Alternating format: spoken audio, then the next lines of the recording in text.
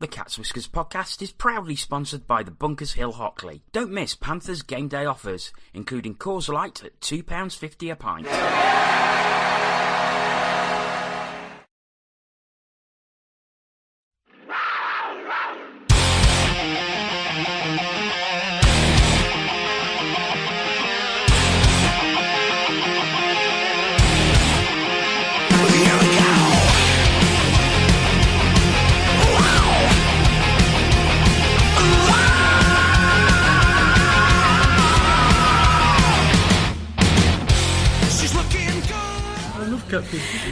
Hello, good evening and welcome. We're in the pub, which is lovely. There's not a lot here. Maybe they're still at the shirt auction. But anyway, we're going to take advantage of a quiet Bunkers Hill, and we're going to come to you live from our sponsors, Gaff. So with me tonight to discuss the week's results, Elite League results, games still in progress and other news, we have round the table Adam Reddish. Good evening. Paul Balm. Hello. Aaron Lord. Hello. And Antoine Marie-Jeanne. Hiya. So there's an awful lot of apathy around the table. I don't quite know how we're going to get through this. Anyway, we will start off. First of all, before we talk about any games, we're going to talk about Panthers' new signing, who was brought onto the ice this evening before puck drop to give everybody a bit of a wave. Mike Vaskivo, 31-year-old Finnish-American left wing, has played in the EIHL, which is the now defunct Central Hockey League in Canada, not the Champions Hockey League, which we played in earlier this season. That seems like a long time ago.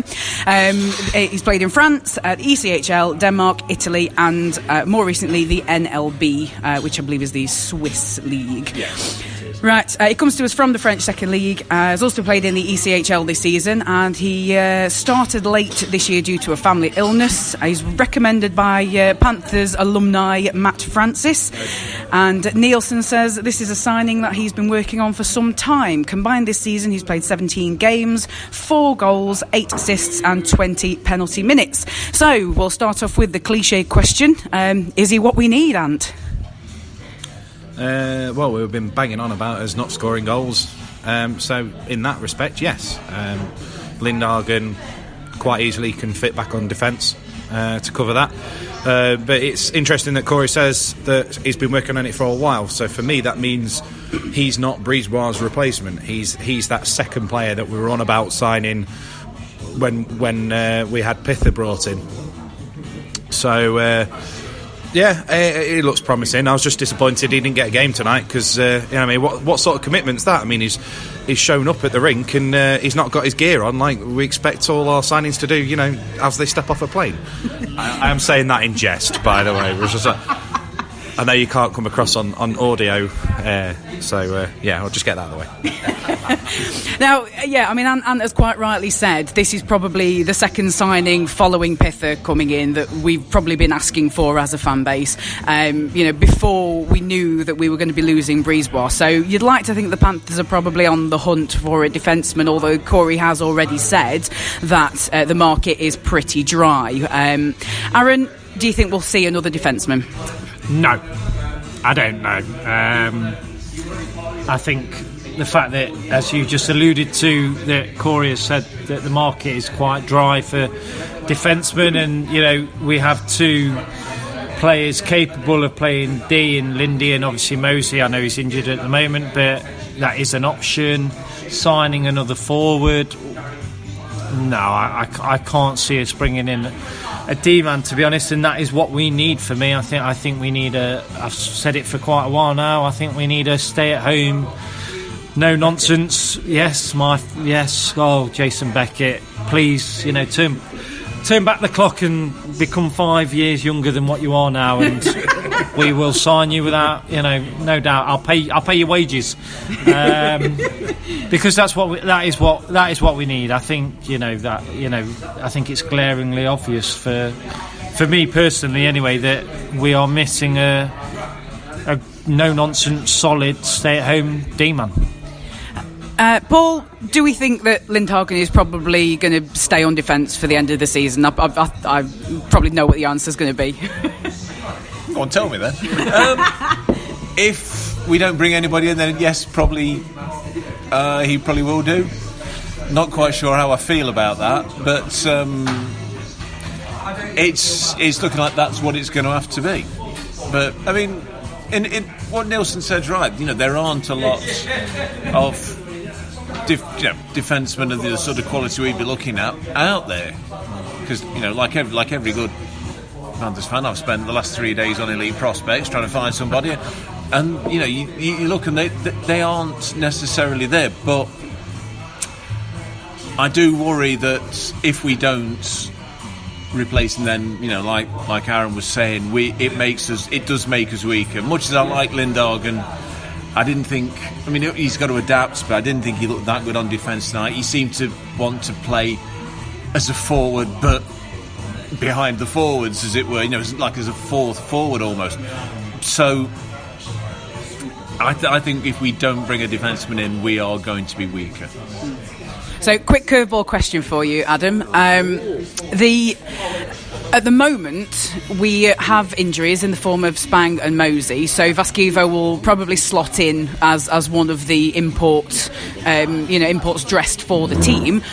When we have a fully fit team, assuming that does happen, we've done, touch wood, we've done quite well with that this season. When we have a fully fit team, do you see anybody from the current team sitting out? Well, it could always be one of the two netminders. And I'd say on recent form, it's probably likely to be Mr. Garnett rather than Galbraith. You're in trouble tonight, Adam. I am in trouble. I know. I might stay here. No, it's a difficult one, isn't it? Because it's great having an extra import, theoretically, because you think that it might keep everybody, on their toes, and they've all got to contribute, or else they know in the next game they might be sitting in the stands. But where we are now in the season, carrying an extra import's a bit too late. I mean, it was something that we were calling for months ago. When we were in a position of strength before December, we needed somebody there, to keep the players on their toes, to make sure that they didn't sort of like drop off in their standards. So, whilst it's good to have an extra import because it gives us flexibility, it's too little too late as far as I'm concerned, which is a great way of dodging the question, because you asked me, who we should drop, which import might have to sit in the stands for a game, but I've done a Paul Balm, learning from the master himself. But yeah, look, we've got quite a few imports that haven't really been performing consistently over the last few weeks. So I think that the answer is take your pick. A nice ambiguous end to the question. Okay, so the Cat's Whiskers would like to welcome Mike Vaskivo to the Panthers, and hopefully make a nice big impact for us, and can bring us a little bit of joy to what has been a bit of a nasty middle part of our season. But yes, we'll move on from that, and we'll I don't really want to talk about this, and there's only me and Aaron that can really talk about this yet, because we were there, we had to suffer it. But Wednesday, the Nottingham and Aaron's just got up and left.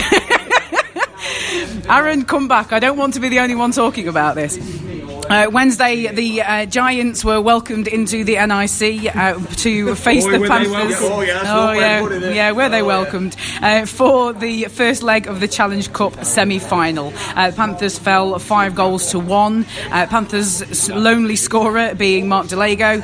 Opposition scoring from Rutherford, Vandermeer, Saviano, Galakos short-handed, which was an absolute howler, and we'll come on to that later. If you haven't heard about it, you've probably been living under a rock for the past few days. And just to finish off, Silvestre on the power play.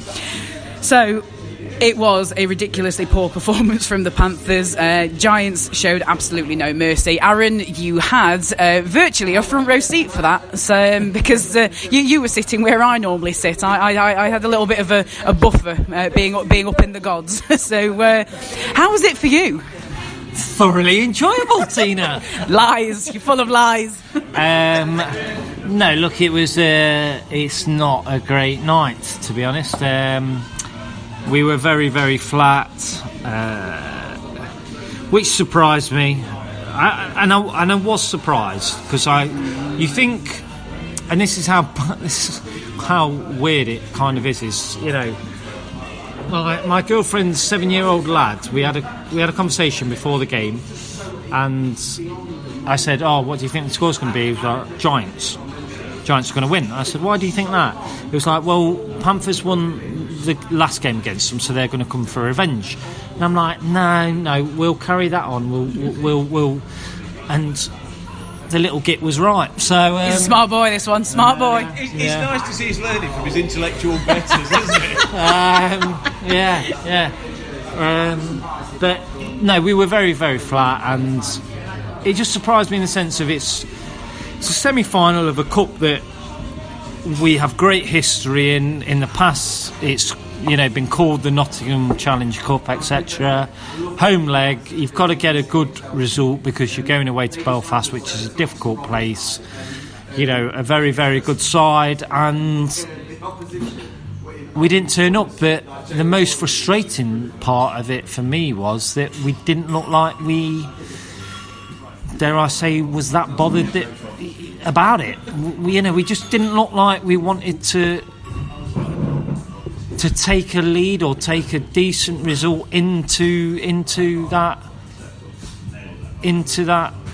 second leg, and that's frustrating.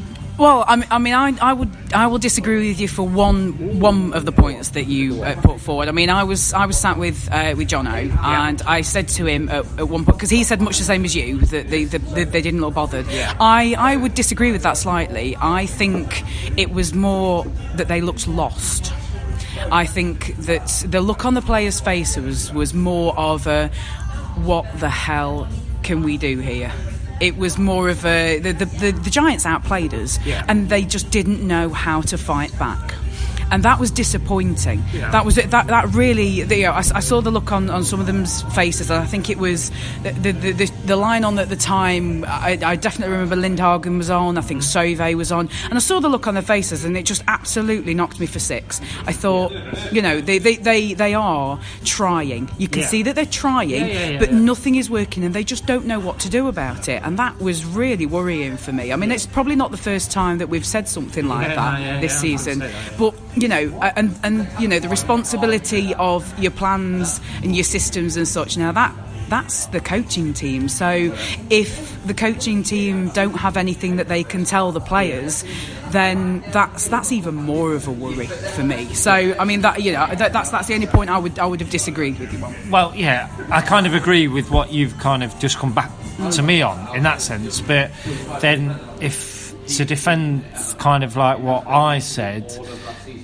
If you're lost, you can still throw body, you can still kind of, the grittiness of the game you can still do that. If you're lost in kind of like, we are being outplayed, we're being outcoached, we're being out, but I feel we were out-fought and out-battled. Yeah, I would agree.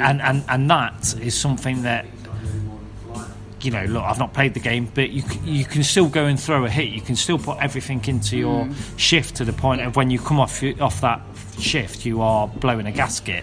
And I don't think we did that. So I kind of get what you're saying as well, but I'd also add that kind of... I wouldn't disagree with that, to be honest. Go on, Adam, you want to come in on that? Yeah, you were saying that things weren't going right and that, it was a bit of a confusing performance, but... Yeah, you've got to look at the role of the club as well. It was played in front of just over 2,000 fans. If we were serious about the Challenge Cup, then the club should have been, offering fans, I know they offered some discount, but it was only a very, very small discount, £2 off a normal ticket. They should have been, knocking £7 or even a tenner off the normal admission price and really fill that. Really fill that Balm for a semi-final of the Challenge Cup. I bet the players were confused, stepping out onto the ice, looking around the stands, thinking this is meant to be a semi-final of a domestic cup competition and there's hardly anybody in the crowd. So at the end of January, people are generally broke through January after Christmas, so why didn't the club show a bit of foresight and some goodwill towards its fan base and say, right, £5 entry for everybody and let's get a crowd of 4,500 in the building, and really give the players a bit of vocal backing from the crowd. Because I'm sure those that were there did their best, but things all worked out the way they did, and it was a flat performance, so there's hardly any any sort of reason for the crowd to get into it. But, a bigger crowd might have maybe had a different output and outcome to the game. That's what I think. I'll tell you why they didn't do it. Greed. Pure and simple. That's it. Yeah. And you wanted to come in? Well, yeah, I mean, I've been banging on for a few years now. I don't understand why Panthers don't, at the start of the season, go pay an extra, say, 30, 35, 40 quid at the start of the season, and you get all games, all home games, regardless of competition. Because, I'll be honest, the only reason I turned up today was because I had a season ticket. Because, I'm so disillusioned and upset at how this season has gone. I think upset is probably the best word, because we've seen, I think, last season we were just a bit dire. Let's put it that way. But as this season, we've seen what this team can do. And for the last few months, it's been atrocious. Yeah, so we do keep coming back to that point as well. Yeah. So I don't understand. I'd quite happily say at the start of the season, you got two choices of a season ticket. You got your season ticket that covers your league games as normal, or if you pay an extra 30 quid, maybe 40 quid, that includes all home games, so all cup games and the playoff quarter final if you get there. I don't understand why we don't do it. There's other teams do it, and they manage to pull it off no problems whatsoever. But then, speaking about the price of the tickets, look at what Notts did on Saturday. Yeah. I know it was a second-year anniversary, so you're not going to get to see football for £2 normally.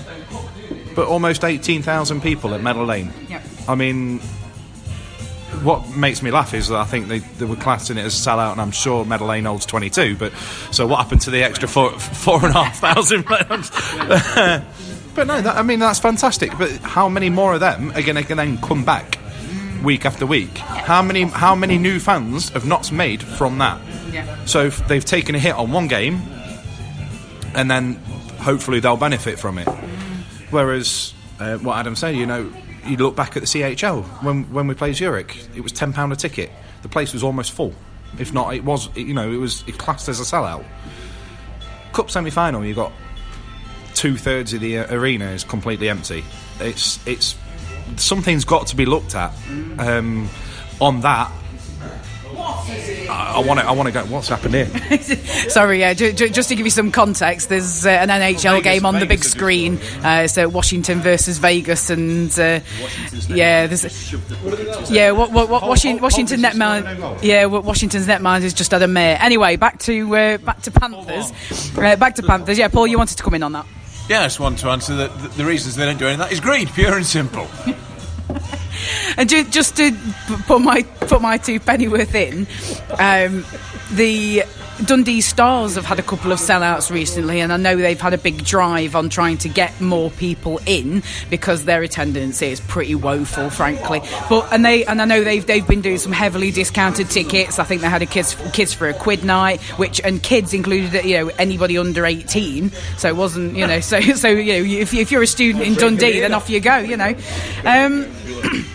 So where were we? Yes, just to return back to Wednesday's game. Now we've practically had a section that we could have had on Wednesday for Ask TCW. Anyway, we're just getting back to this. Delego scored Panthers' only goal, but it was probably more of a case of a Jackson Whistle lapse in concentration, I suppose. It kind of went towards him and he lost it and almost sort of put it in his own net, really. Is that how you saw it as well, Aaron? Yeah, I mean, he was obviously listening to the Cat's Whiskers podcast where Adam said that he was a pile of trash at that point. The weakest link in their team, I believe Adam said. You are the weakest. Goodbye.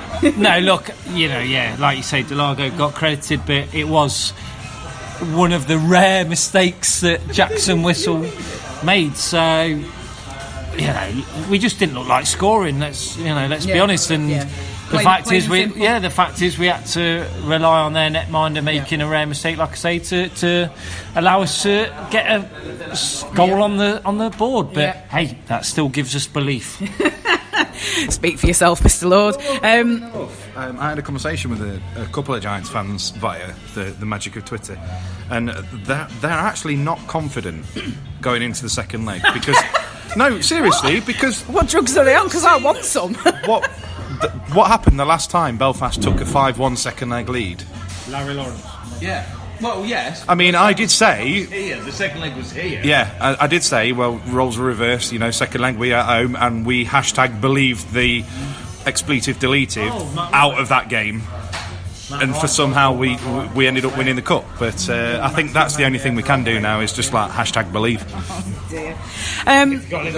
Bringing it back. If you've got him in your team, it's an awful lot of we believe needs to happen really. I think the night itself was kind of summed up for those of us that were there. Aaron, correct me if I am wrong. When Galbraith had an absolute horror of a puck coming at him. I mean, the really annoying thing is that it was cleared by a man with no stick. So the stick broke. It was kind of kicked out of the zone. It heads towards Galbraith, takes a funky bounce in front of him, and goes in. It was so it was kicked in. So it shouldn't have been allowed. Oh, I don't know. There was a kick, so there was probably a stick somewhere along the line, but somebody kicked it out of the zone. I don't think I've seen any I don't want to watch the highlights of that game, quite frankly. But yeah, it's one of those that you see on highlight reels or low light reels, and blooper reels and such, and you just have a giggle at it, and it happened to us. Yep. Not one that Galbraith's going to put in his show reel for his next job. But look, I mean, the puck's in the Panthers' offensive zone. That's when the netminder takes a moment to get their breath back, isn't it, and to try and refocus, etc. You're not expecting something like that to happen. The thing that really annoyed me after it was the fact he got jeered every time he touched the puck afterwards. To be expected. Nah, not for me though. I don't like that. Look, he's not made the mistake on purpose. Nope. He's not done it. He doesn't want to do that. That's not something that he wants to do. And then we have Panthers fans going, "Hey!" when he touches a simple puck. It's like, I don't like that. So to those people, I would say grow up. It's not really, I know, hey, well, that's my view, but I don't really think he needs to know that. He knows he's made a mistake, he knows it. Well, he's conceded a goal, so nobody is more acutely aware of it than Galbraith, really, is he? Exactly, and he's had the pad on the pads from his players to say, forget about it, move on. We're talking about a netminder that's near the top of the elite league, netminding stats. He's currently our number one. He don't need that from. What he needs is a little bit of support, and to say, you didn't mean that. Hopefully you'll forget it, as in Patrick Galbraith will forget it. We as fans forget it. We'll move on. You don't need the sarcastic kind of cheers and all that. I just don't see no place for it personally. But yeah, it wasn't a great goal to kind of give it away, and it summed up the night. It really did. Definitely. Antoine says. Belief. Paul, what say you for the second leg? I think it's all down to greed, pure and simple. Oh dear. Basically, what we've done, we've sabotaged Belfast's chances of getting a decent crowd for the second leg. That's why. No. To be honest, I know one of the questions you've got is you're supposed to say what's our chances in the second leg, and it's come out as what's the point. Basically, we might as well just phone in. We might as well not turn up, and we'd take the 5-0.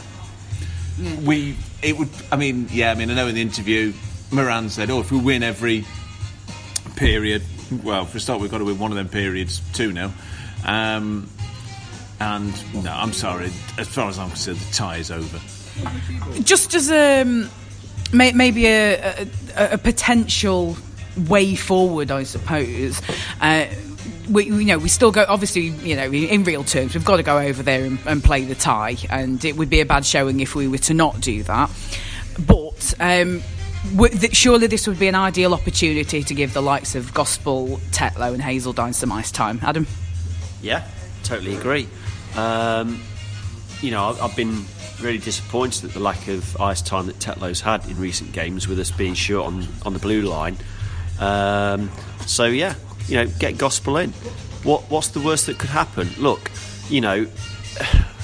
in probability, there's about a less than 1% chance that we're going to get this deficit back and get through to the Challenge Cup final.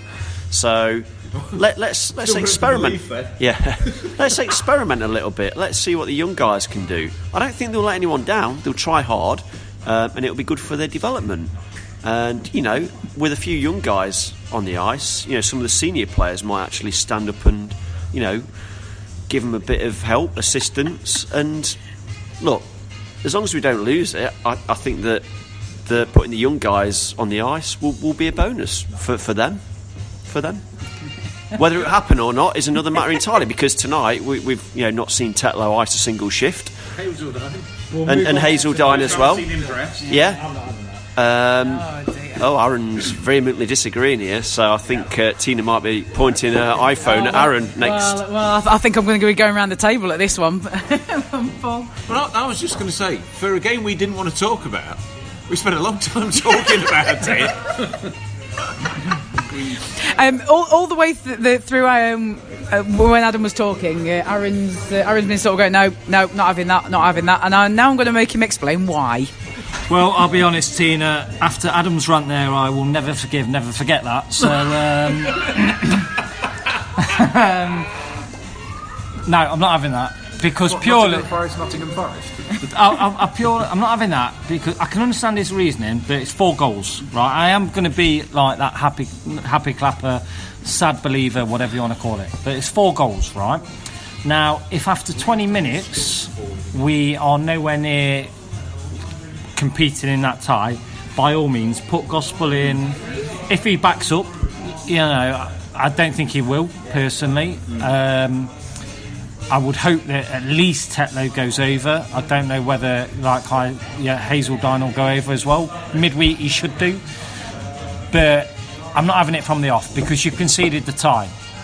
You've conceded it, and a club of our size, a club of our organisation of our size should never concede a tie, because it's 4-0. Right, it's 4-0. It's an uphill task. Do I expect us to overhaul that? No, I don't. But you still don't give up. You really, you do not show that weakness to a club of Belfast stature, because if we play them in a playoff quarter-final and say we're losing 3-0, what happens then? Do we give up then? Is 3-0 any worse than 4-0? What happens?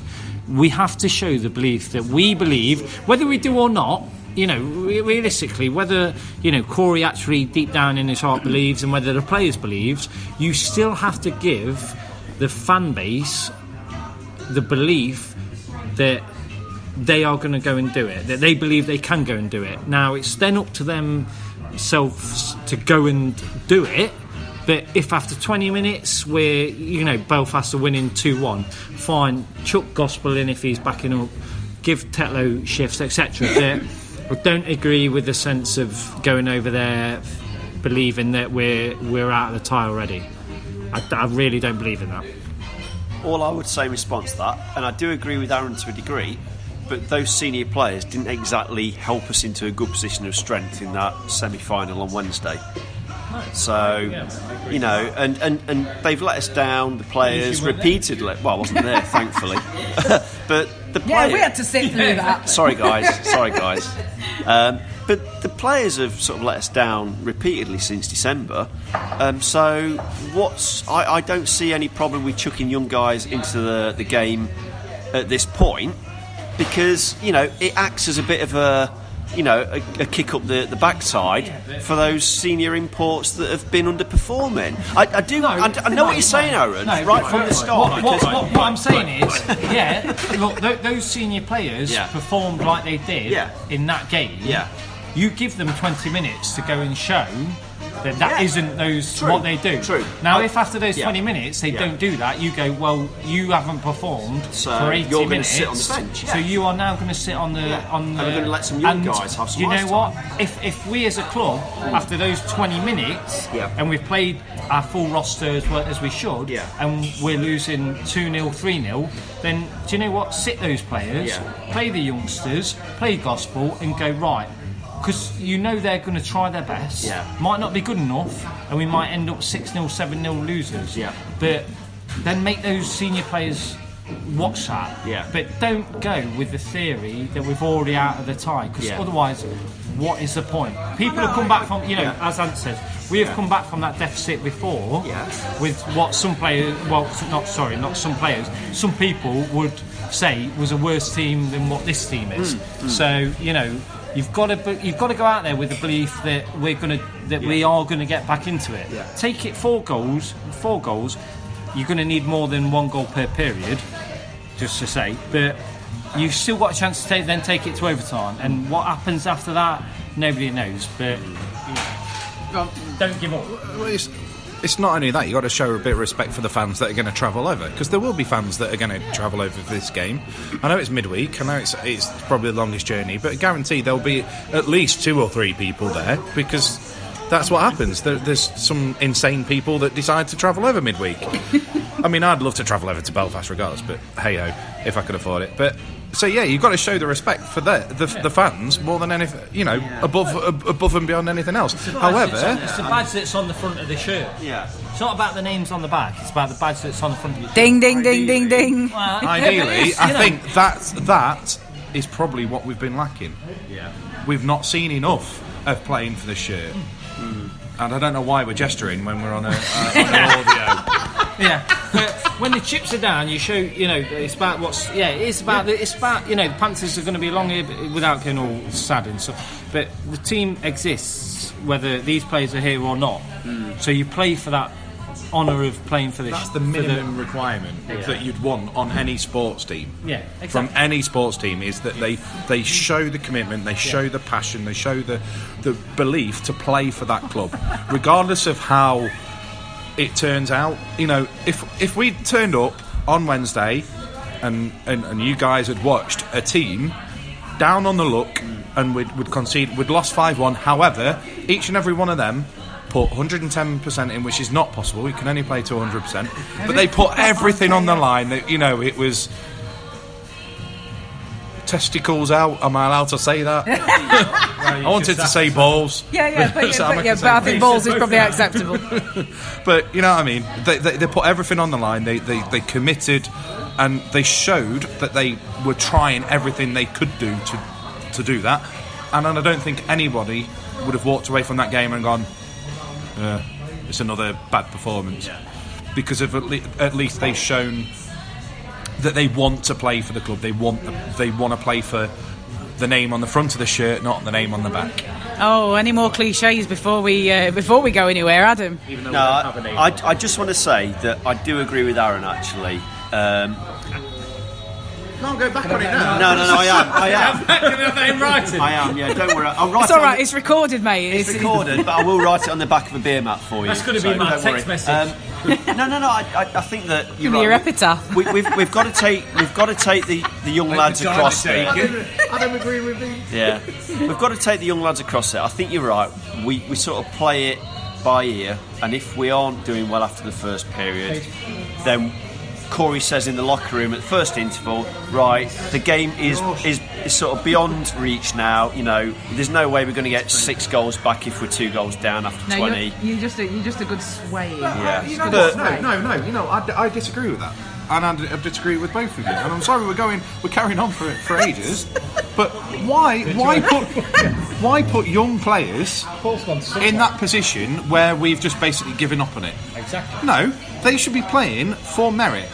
They should be playing regardless of whether, okay, Hazeldine may be at a little bit of a distance because he is a proper youngster.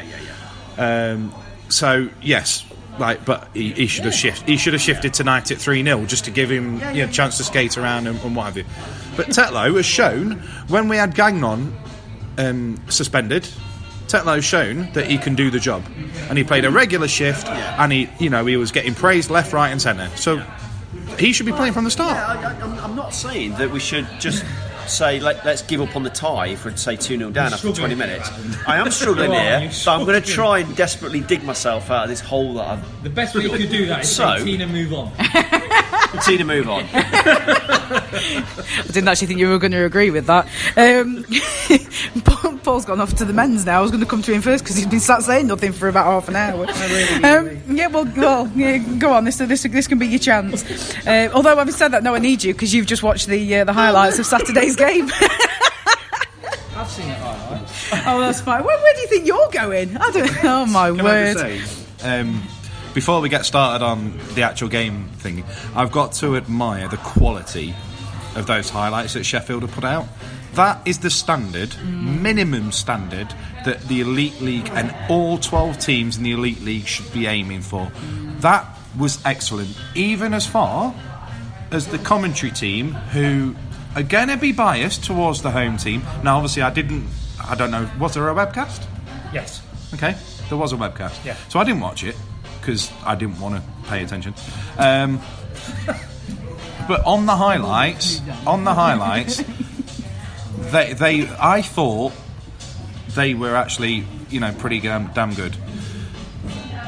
I'd rather have that coverage as, have neutrals in there and have like a proper TV deal, match of the day, proper match of the day highlights and what have you. But that, picture-wise alone, is the minimum standard Elite League teams need to get. That was absolutely excellent, and kudos to the Sheffield Steelers for doing that right.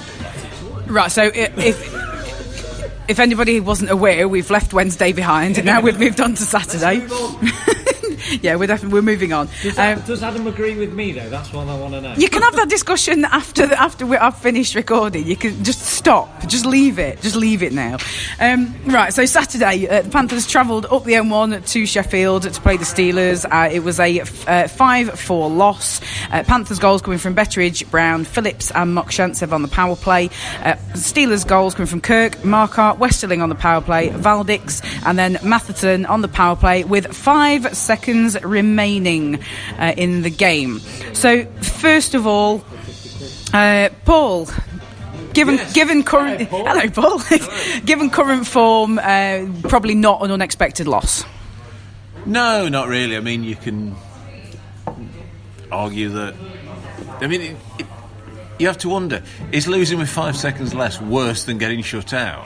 I'm not entirely sure, but we managed to score 4 goals. When was the last time we did that?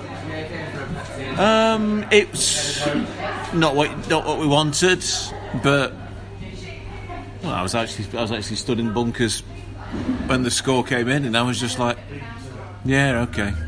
These things happen to us. I mean, Corey Nielsen was here. Says Nottingham is Nottingham, and stuff not going our way at the wrong time is fairly standard for us. And I mean, and yet do we help ourselves? No, we don't. Not in any way, shape, or form.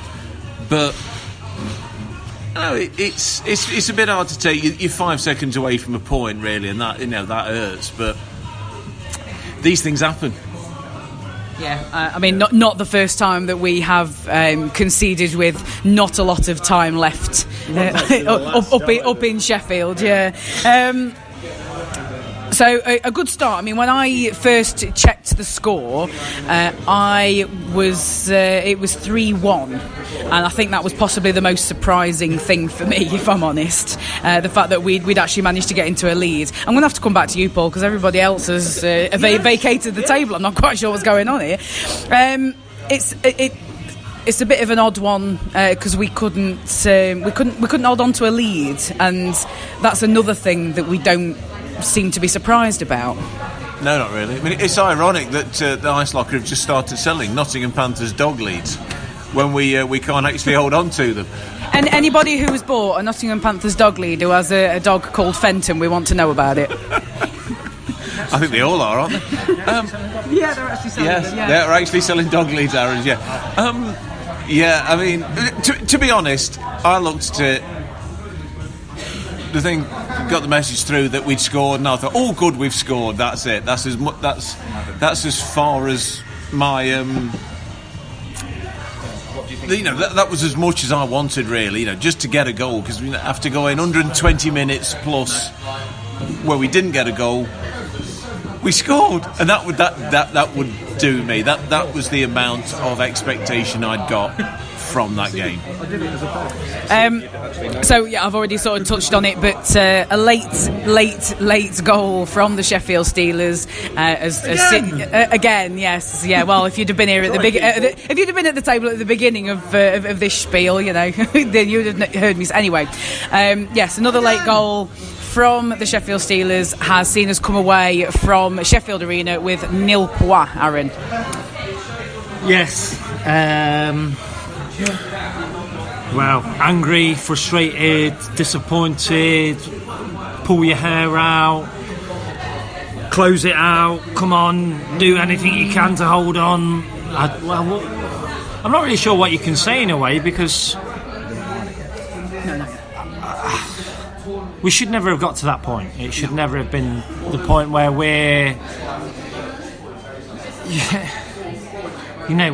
level with 5 seconds to go, put it that way. If you want to go to the minute kind of details, just too soft. Well, the penalty's a joke, let's be honest. It's not a holding at all.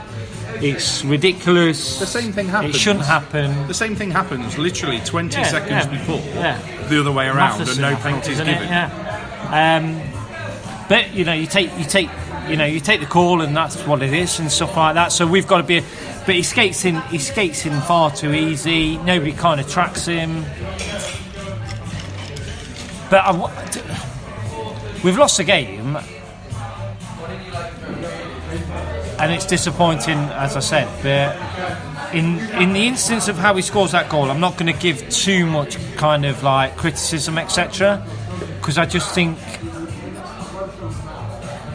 I don't know. It's just very, it's annoying, isn't it? Yeah, it's so annoying that you don't really know what to kind of say and stuff like that, because we've done it before. We've been here before. It's just kind of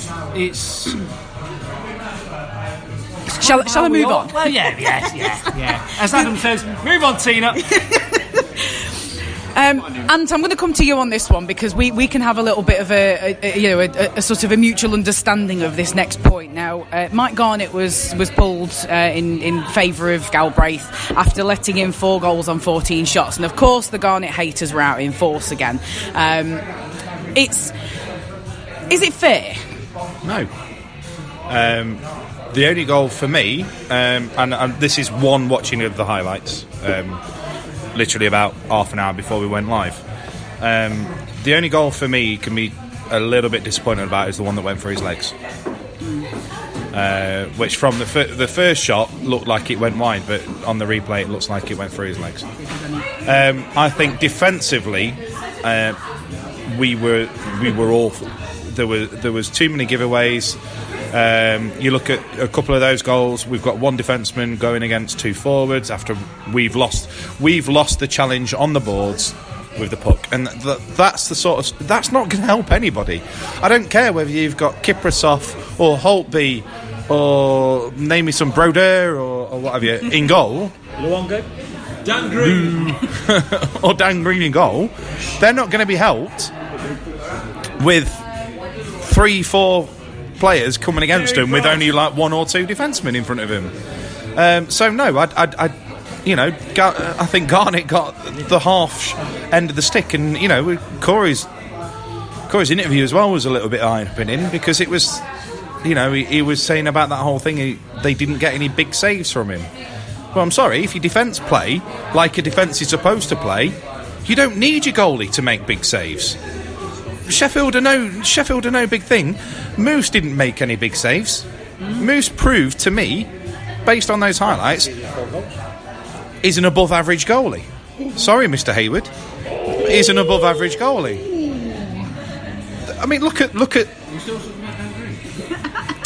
Betteridge's goal. Good goal. It's an awful goaltending from Moose for that. And Garnett didn't concede one like that. For me, he conceded one soft one, and he's getting pulled because the defence in front of him didn't do their job. I'm sorry, Aaron. I'm not coming to you again. I know what happens when you disagree with something, and then we get into a conversation and such. Agree with me. I did have another point for discussion on this, but I think it's relevant for tonight's game. So we'll leave Saturday's game there, and we will come on to tonight's game, which was the Panthers versus the Dundee Stars at home, and Panthers have taken a 3-0 victory. Panthers goals. Woohoo! Panthers goals coming from Pivot, Brown and Mokshantsev. It's nice that we have the points, but boy oh boy was it a snore fest of a game, Adam. Absolutely, yeah. I mean, Jono had to keep nudging me in the side to make sure I was still awake. No, it was. I mean, it was a very, very low intensity sort of game. I don't think Dundee wanted to come down and play expansive hockey. I think they were trying to come down and, keep things tight and maybe, nick an overtime point. We had a little bit too much for them. But, I mean, all in all, it was just a real non-event as far as I'm concerned. We did about the minimum that we needed to do to get the 2 points. There were very, very few things that I'll remember from that game. It's great that we got the 2 points, but I mean, I've got to the stage now where, given that the league is pretty much a write-off, these games are really difficult to get any sort of enthusiasm over, and I'm sure that fellow fans think that as well, because the atmosphere in the NIC tonight was, well, it was like a library. It really was. It was almost funereal for a long time. There's just hardly any sort of crowd impact or crowd noise. And I think this season's starting to take its toll on the fan base, because even though we won tonight, it was just so quiet in there. There wasn't really a great deal happening. There's a couple of notable things that happened on the ice. Lee's crunching check of De Consolier's was good. It was a great hit, really good. Highlight of the night for me, frankly. Highlight of the night for me. And it's not got a lot of competition. Fullerton made an absolutely fantastic poke check from Boussier's on the breakaway. Fullerton made a couple of worldies. Yeah, I mean, Fullerton did well tonight. He's a good netminder. I mean, he's either boom or bust for me from the times I've seen him before, which admittedly isn't very often, but he's either brilliant or he's awful, and there's no sort of half measures. But, tonight he gave Dundee a chance of getting something from the game. We just about did enough there. It was quite a comfortable home performance, but I just wish that we'd expressed ourselves a little bit more, and, we might have taken the game to Dundee a bit after last night, and, played a bit more creatively, because it just seems so formulaic and so structured the way Panthers play, and if we don't get any sort of flow or momentum, then it really is hard to watch the Panthers, since we went into that slump through December. And I mean, our season hasn't been sort of defined against the games against Dundee and the Scottish sides, etc. It's the fact that we're not good enough against the Sheffields, the Cardiffs, the Belfasts of this world that mean that we're falling short in the league yet again. So, but we'll see where we finish. I guess you can only really beat the team that's in front of you. Ding, ding, ding, ding, ding, ding. Yeah, cliche. I am, to be honest, Aaron, I am down, because this season, as Ant said earlier, promised so much after the CHL campaign, and we were like top of the tree in November and everything was looking good. And I remember a podcast where we were struggling to actually find anything bad to say, but Ant desperately wants to say something. No. I didn't want to just say, when we were in November, we were all sat here thinking we were going to win the lot. Yeah. It was going to be an Uber Grand Slam. Paul wasn't confident though. I said Cardiff. Yeah, well look, I mean, that podcast where I think we were talking about how great things were, what is it to complain about, and I think we were all scratching our heads, coming up with reasons to find, and my only reason was how bad the cheeseburgers were in the NIC. But since then, the season has just gone off a cliff. We've imploded, and yet again the Panthers have not been able to last the distance in a league campaign, and it's just ridiculous. It's ridiculous how we have everything in place. We've got good quality players, talented guys, we've got big crowds, we've got enthusiastic crowds, a big fan base. We just can't get it all to work together, and it's so frustrating, and to be honest, the enthusiasm has drained out of me. and it really has. And I'm struggling to try and summon up any sort of energy or effort to get involved in any of the remaining league games this year. I know we're playing for playoff position, but well, we need to win games. Well, absolutely. We're actually looking over our shoulder to try and make sure that we seal our place in the playoff quarterfinals. And that's, given where we were in November, that is absolutely criminal. Because we should have been at the top of this league. We should have been fighting Cardiff and Belfast for that league title, and instead we're looking nervously over our shoulder, thinking, well, are Brayhead and Dundee going to go on a really good run between now and the end of the season? And if we play less than 500 hockey, then we're in grave danger of not even making the top 8, and that's not right. For a club of this size, again tonight, nearly 5,000 people in that building, we should be doing better, and we're not. And I think I've probably said as much as I should do, because everyone around the table is giving me very, very, very dirty looks. So this rant was brought to you by the Bunkers Hill and Frew. I think it's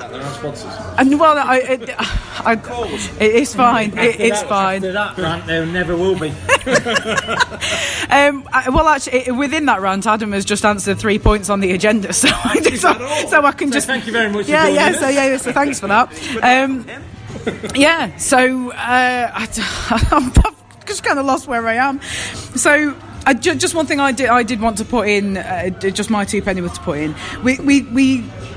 I did put a question on the agenda, which I've kind of answered myself. It was we've got 2 points. Galbraith got a shutout, but it does feel like a bit of a hollow victory, because if you think about, because Andy Hay he's been chatting in the WhatsApp group and just talking about playoff seedings. Now, first, second, and third is going to be taken up by the winners of each conference. So there's only the fourth place in the seedings that actually gets the home draw. That actually gets the favourable draw.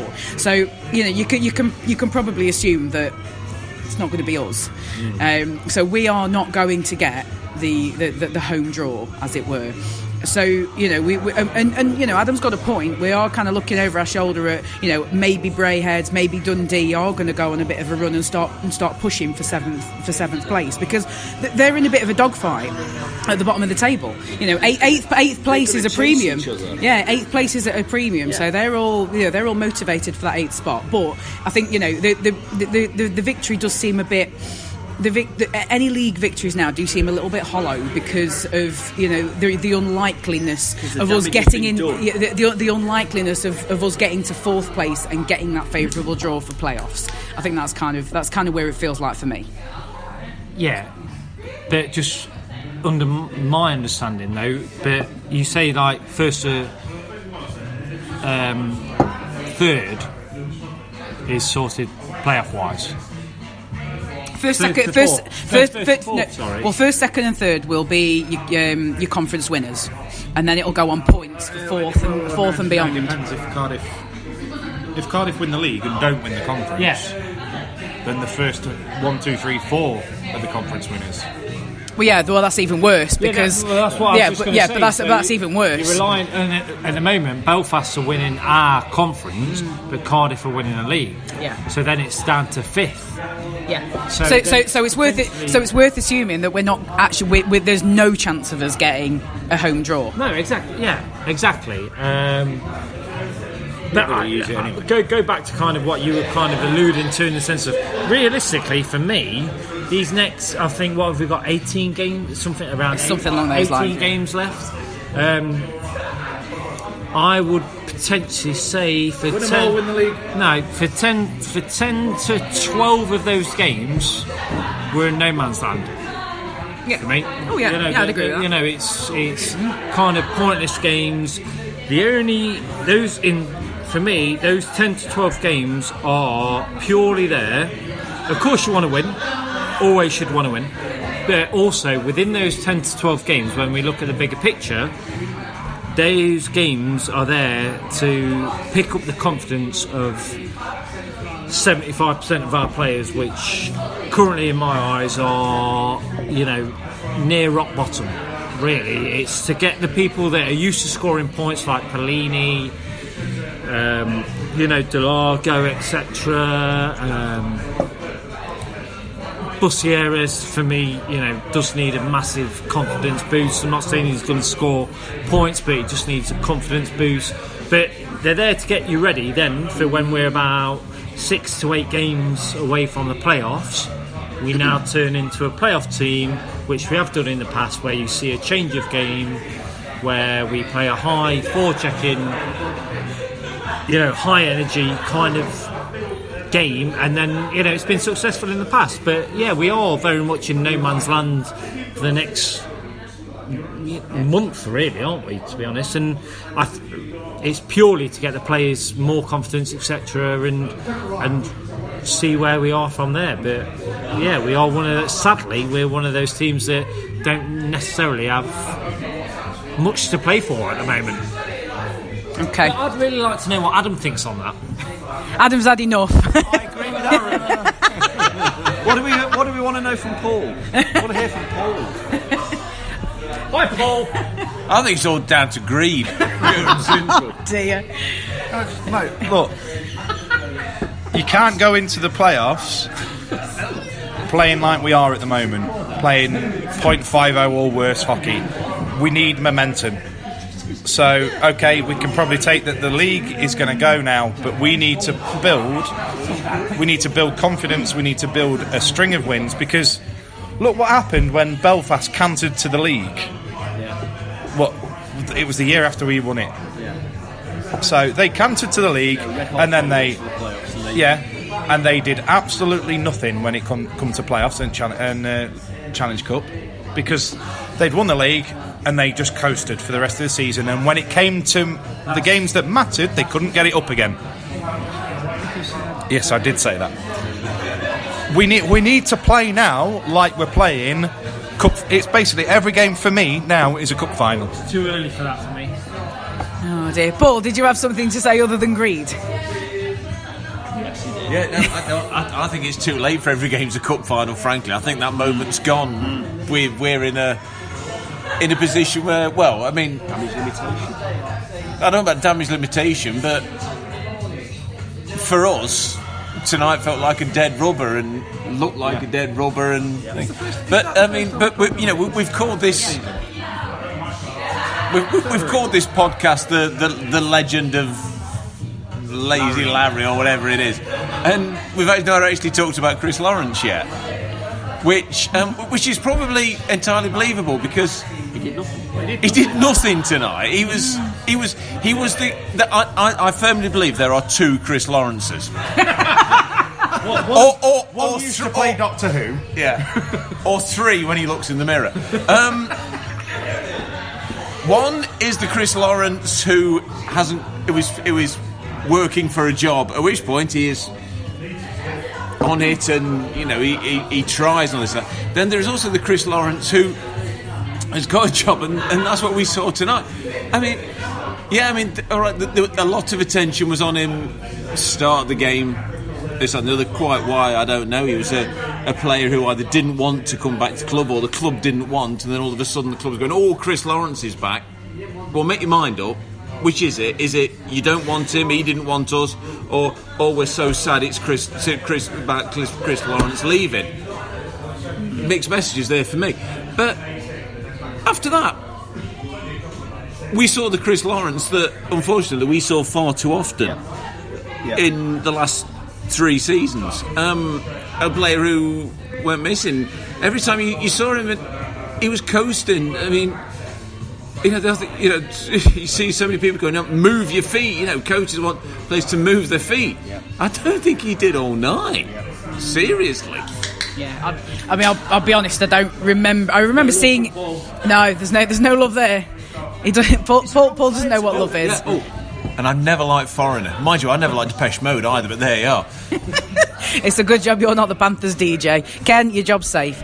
I'm coming for it, I tell you.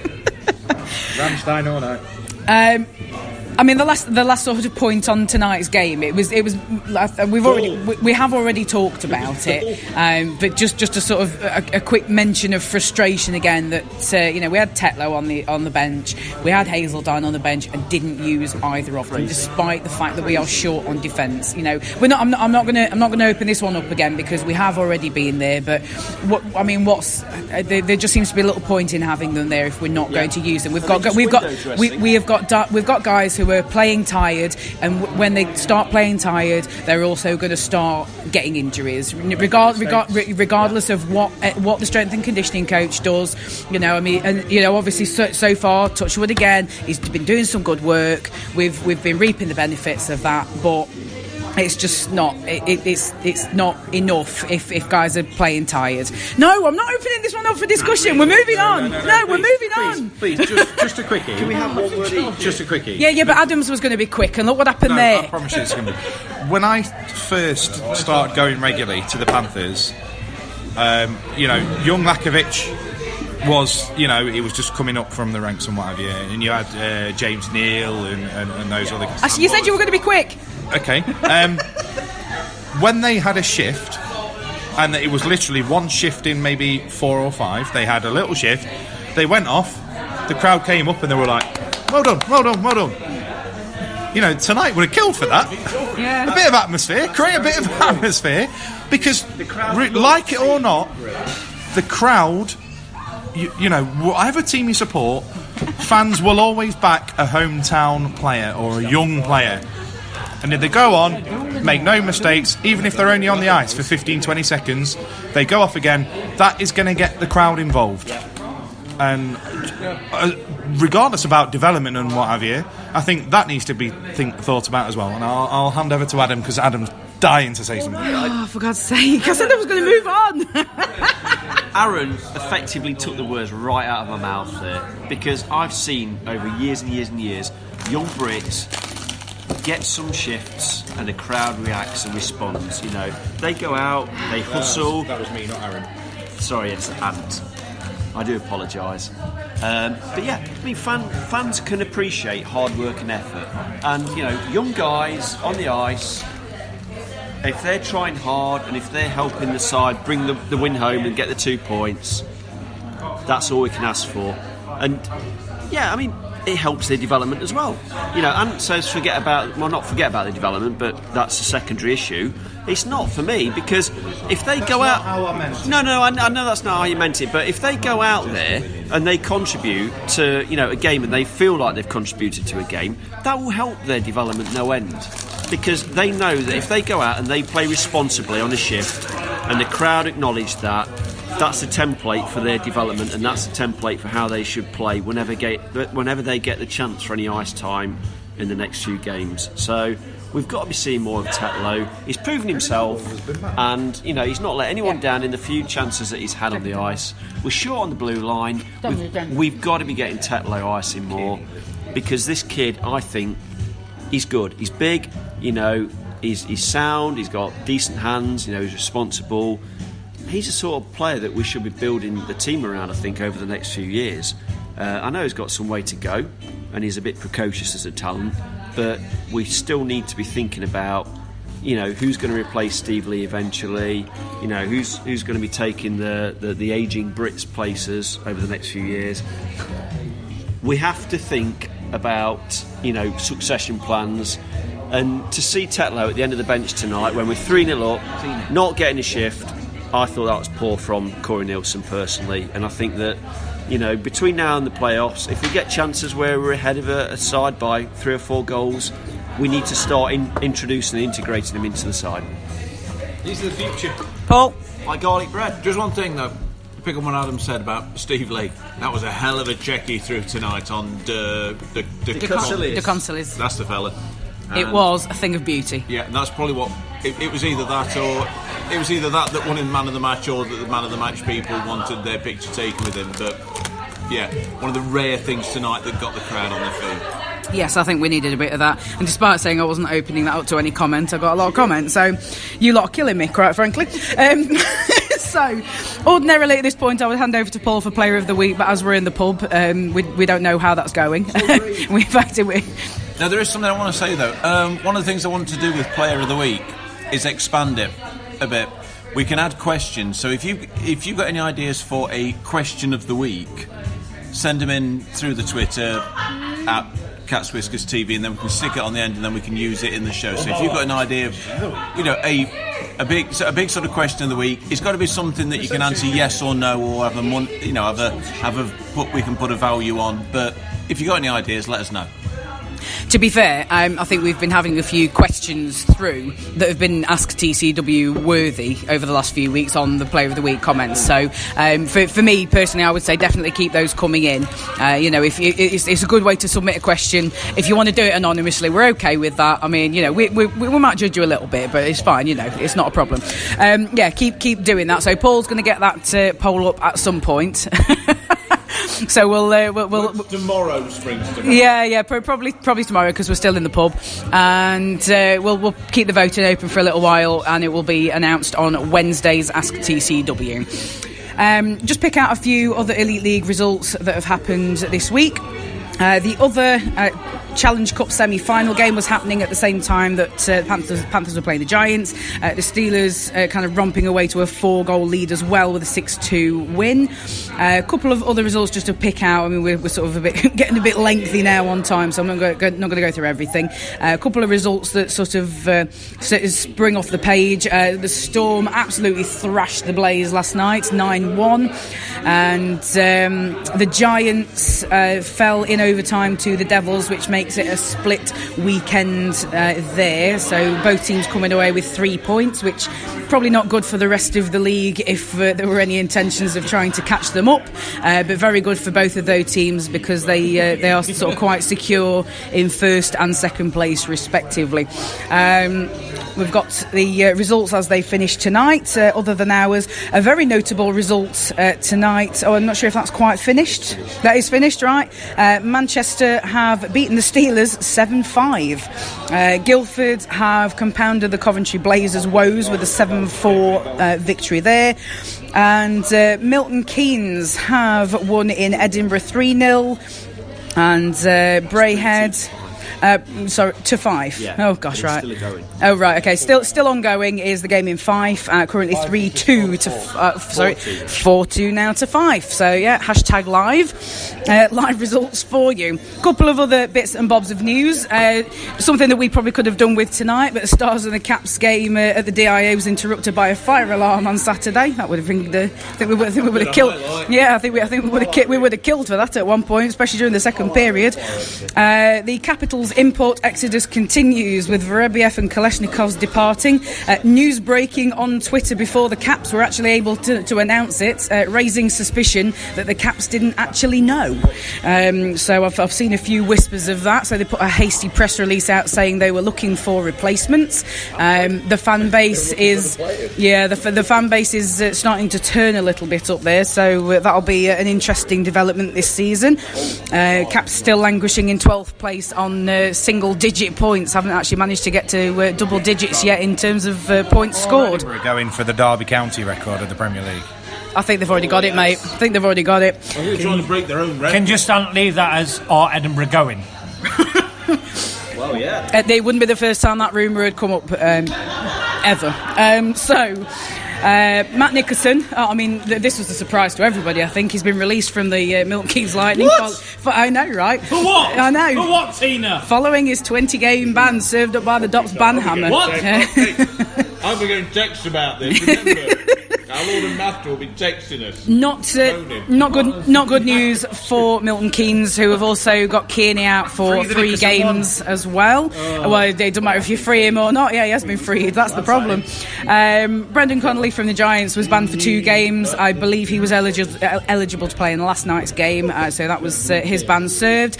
Ant is absolutely delighted that Kevin Noble's been banned for 2 games. What? Coventry missing him. They are, yeah. They definitely are missing him. To be fair, they've shipped in an awful lot of goals. Didn't the other one on the list get a ban as well? Other one on the list. Kearney. Oh yeah. You would. Yeah, I mentioned that, but you were too busy gassing. So yes, Kevin Noble is serving a 2-game ban for a checking to the head incident in Saturday's game. Tonight, Jay Rosehill has been chucked from the game for a 5+ game for checking to the head. Controversial, according to Storm Life. Of course, well, we await the video from Dops. I'm assuming the banhammer's coming down on that one too.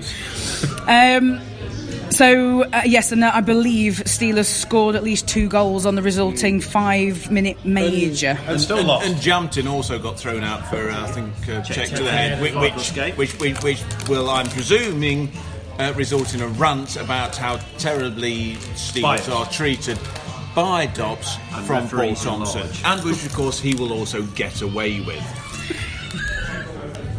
I'm going to move on. Adam Keefe has replaced Tommy Watkins in the GB team coaching staff. So he'll be joining in with. Oh gosh, Adam is big. Sorry, Aaron is gesticulating. Too many A's. I know. I Aaron. Glad to see Adam seeing sense. I think that. I don't know which view I'm disagreeing with. By the way, I'm putting my GB hat on here. Oh dear. So all you Belfast fans out there, don't say Panthers agreeing with a Belfast, but I think that's a very good appointment from a GB point of view. Well, to be fair, this the team he is currently coaching aren't doing all that bad, are they? Are you talking to me in my GB hat or my Panthers hat? I don't think it matters. I don't think you can argue that Adam Keefe is having a very good rookie coaching season. Adam Keefe is clearly the heart and soul of the new GB Panther. No, heartbeat of the GB organisation. This is the problem when we bring people into this, into the cat's whiskers. They think they're funny. They try and make a joke. It's a heartbeat. All right, Neil Russell, I miss you. I love you. All right. But no, I do think I do think when my baby kisses. It's out of hand. This is, isn't it? No, I think. In all seriousness, I think that is a very, very good appointment. Now, Tom Watkins, I went over to Cortina when we tried to qualify for the Olympics. Now, him and Pete Russell, very, very close. You could see that over there. Very, very close. Like, kind of like a Peter Taylor, Brian Clough kind of that. I would go to say that kind of relationship. So to lose Tom Watkins from the GB setup is very, very tough. And I think he deserves a lot of credit for what GB have achieved so far, in especially obviously promotion to Division 1A. But I think Keith complements Pete Russell, and if Corey is still part of that coaching team in the new, obviously when it comes to April in Budapest, I just think it's a very, very good combination. Because to be fair to Keith, he's put a lot of work into kind of the Elite League and GB hockey, etc. From that point of view, and he like you said, Tino, he deserves it from what he's achieving so far. Right, and last couple of bits of news. I wouldn't be surprised if we were to get some Ask TCW questions around this subject later on in the week. But Tony Smith hosted a Steelers fan forum, and it raised a few eyebrows, got a few backs up. I think there was a little bit of terminology and wording that did not go down with the Steelers faithful. There's some terminology and wording that did not go down well with various other sections of the fan base. I mean, it was live tweeted on the Steelers official account. So if you if you've got no idea what I'm talking about, you haven't heard anything about it, just go and have a roll back through their Twitter feed, so you've got half an idea. Ant's getting his groove on. Oh dear. Right, anyway. The Steelers have also announced a 5-year partnership with their arena, and following the fan forum, I believe, they're trying to sort out drinks deals with the arena, and I think I saw something along the lines of they were trying to encourage European and international events into the arena as well. So, so good luck with that. So good luck, Adam Keefe, with GB. Good luck at Steelers with your partnership with the arena. As much as we dislike you, I think we need each other, really, don't we? No more black ice behind the goals, though, please. Yeah, no more black ice behind the goals. Give that up. Give that up as a bad job. Just accept that and move on. and which is what exactly what I'm going to do. So we're going to have a quick chat about the upcoming games this week. So Wednesday, we have already sort of touched on. I really don't want to get into a big discussion about it again, guys. Yeah, you agree with Aaron. You carry on. We have the return fixture in the Challenge Cup semi-final in Belfast over at the SSE Arena. I think as we've already just sort of gone around the table and got the feeling of we need an absolute belter of a game. If it doesn't go well, then it's likely that we'd probably like to see some of the kids get a game at the very least, so we can get something out of it. If it becomes 100% obvious that we're not going to win, that would be nice. I think. Win 5-0. Well, you heard it here first. Antoine Marie-Jeanne is predicting a 5-0 win on the night. He believes. Hashtag Ant believes. So, and New guy's going to score 4. well, I was just going to touch on the new guy. Vasquivo will be in the lineup. He has arrived. Baptism of fire. First game is going to be getting on a plane and going across the water to Belfast. So hopefully he can make something of a difference. Maybe bag a few goals and at the very least give us a bit of confidence for the rest of the season. At the very least, can we just go out and hurt him? Are we allowed to do that anymore? Legally, as long as it's legally. Just for sugars and giggles, can we just go over there and just like, if we're 2-1 down, at the end of the first, can we just go over there and just go, fudge this? Let's just run the netty and cause havoc. I would like to put a disclaimer in right now that the views of Antoine Marie-Jeanne are not necessarily reflected in the rest of the Cats Whiskers podcast panel. Yes, they are. I believe the phrase you're looking for, Auntie, is going over there and sending a message. Exactly. Very much. Ding, ding, ding, ding, ding, ding, ding. Saturday is another league game. We will be at home versus our muckers up the road, the Sheffield Steelers. Those games are coming thick and fast now, aren't they? Again, quick question: do we have any belief that we're going to win? No. Yes. No. We'll win on Saturday. And for those, our sponsors, the Bunkers Hill, are having Sheffield versus Nottingham brewery off on Saturday. So they're going to have a couple of ales in from Sheffield, a couple of ales in from Nottingham. It should be a good night overall, just ignoring the hockey. God. So we'll qualify for the Challenge Cup final and we will beat Sheffield. It's Aaron, Mystic, Meg, Lord. We will win in overtime. Okay. Unless Dan Spang is fit, then we'll probably be down to 5 defencemen again. It's all right. We can have Tatlow and Hazeldown on the bench and looking pretty and doing nothing else. We've already had that particular debate, so we're not going to revisit that one again. But fingers crossed for the return of Dan Spang. Would be nice to see Evan Mosey back up in the lineup, so we can send him out with a bit of speed. Maybe give us a little bit of an edge for Saturday's game, and that's it, because we don't have any other games over the weekend. It's just the one. So we'll wrap things up, I think. Just as I have mentioned a couple of times, we will be doing Ask TCW on Wednesday. If you can't be with us, or if you are going to watch the webcast, then don't worry. We'll still be available to download afterwards. So you won't miss us, honest. So thank you very much for joining us. Yeah, we're doing it while the game's going on. I'll make myself available. Wow. There's commitment. Right, so, yes, if you don't want to send any questions in, you can do it through the Player of the Week vote. Paul will be putting that up and tweeting it out as soon as it's ready. You can send it in to us on Twitter. Best way to do that is at Cats Whiskers TV. Use the hashtag AskTCW. We have a Facebook page, the dedicated thread on the Cage Forum, and the email address, and it's gone out of my head, so Aaron, save me. tcwonlinetv@gmail.com. Thank you very much. And all that's left for me to say is thank you very much for a lovely but rather frustrating evening. Adam Reddish. I agree with Aaron. Paul Balm. Greed, pure and simple. But I just want to say I'm sorry to everybody. I'm just so sorry after this. Aaron Lord. I agree with myself. And Antoine Marie-Jeanne. Ta-ra! I've been quite a surreal feeling, Tina Taylor. Good night.